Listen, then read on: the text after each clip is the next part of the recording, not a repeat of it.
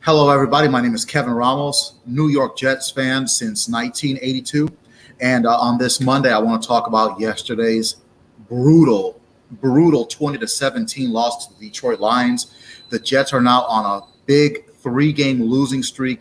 They're now 7-7, and right now they are currently on the outside looking in as far as the AFC playoff picture. It looks like Baltimore is going to get one of the 3 playoff spots, wild card spots, I should say, as well as the Los Angeles Chargers. So it really comes down to that last playoff spot. And really you're looking at the New York Jets, the Miami Dolphins, the New England Patriots, and maybe even the Jacksonville Jaguars if the Jaguars are able to pull off a win against the Jets this Thursday. As far as the New York Jets game against Detroit goes, you had the Jets got that stop on 4th and 1. Unfortunately, the Jets couldn't get out of near their own end zone. It was a 3-and-out. Braden Mann, terrible punt, and then Detroit gets a punt return, makes it 7-0. And from there, it was a defensive battle. The Jets' running game was atrocious, and that starts with the offensive line. The offensive line was atrocious, both in the running and the passing game, even though Zach Wilson was able to throw for over 300 yards. But I'll get to him in a second. I've said many times the offensive line and the defensive line, though, that's the bread and butter of football. If neither side of those of the ball can dominate, you're going nowhere. With the offensive line, it doesn't matter how good or how bad the quarterback is. If the offensive line doesn't do its job, I don't care if you got Tom Brady and Walter Payton as your quarterback and your running back. You can have Jerry Rice on one side, and you can have Lynn Swann or Michael Irvin or Randy Moss on the other side. If that offensive line isn't doing its job, the offense isn't going to move. And evidently, Everett McIver must have been coaching the offensive line this year. For all my Jets fans from back in the 90s, Everett McIver almost got Boomer Esiason killed back in the mid-90s against Buffalo. And this offensive line, they didn't necessarily get Zach Wilson almost killed like they almost did Mike White the week before, but they were atrocious. Zach Wilson did not play great.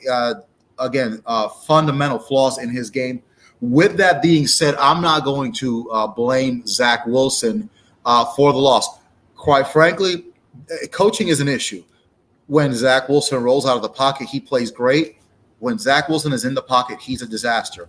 Run some RPOs, run some plays for Zach Wilson to use his skill set. They're not doing that. That's part of the problem. So Detroit was stacking 8-9 in the box, and really the offense, except for a few spectacular plays there, really couldn't get going. In spite of all that, the Jets offense, they did enough to win this game, which leads me to the defense.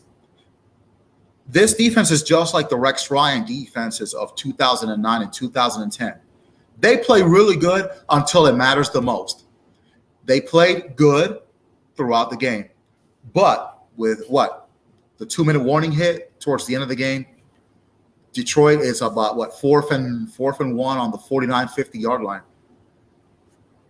Some no-name Detroit Lions tight end goes out for a rollout. Jared Goff hits him.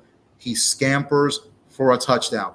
And I'm going to blame one person on that defense in specific, and that's C.J. Mosley. I am done with C.J. Mosley.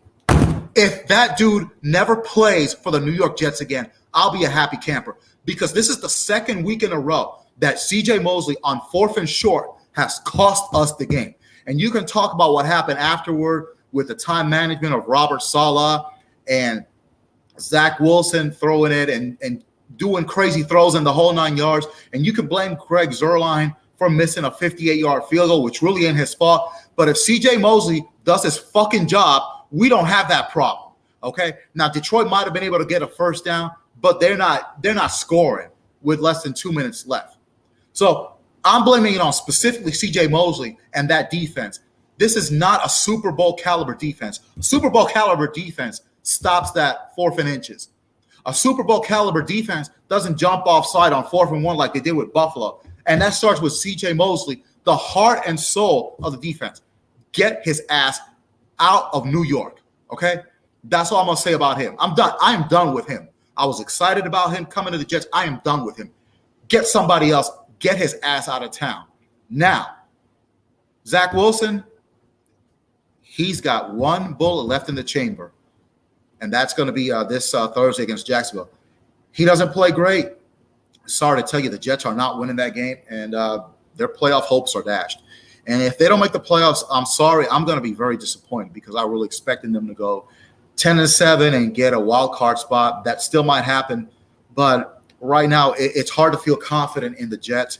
And then you've got a surging Jacksonville Jaguars team that pulled off an incredible victory over the Dallas Cowboys yesterday.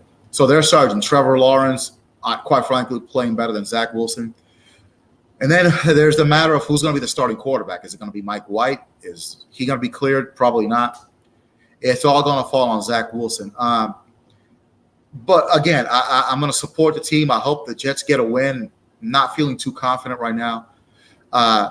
There's blame to go all around. Everybody played a role in yesterday's loss, and they need to get it together. The season's on the line, and this is a franchise that is starving for at least a playoff berth. And quite frankly, if they don't, I'm gonna be major league disappointed. To be honest with you.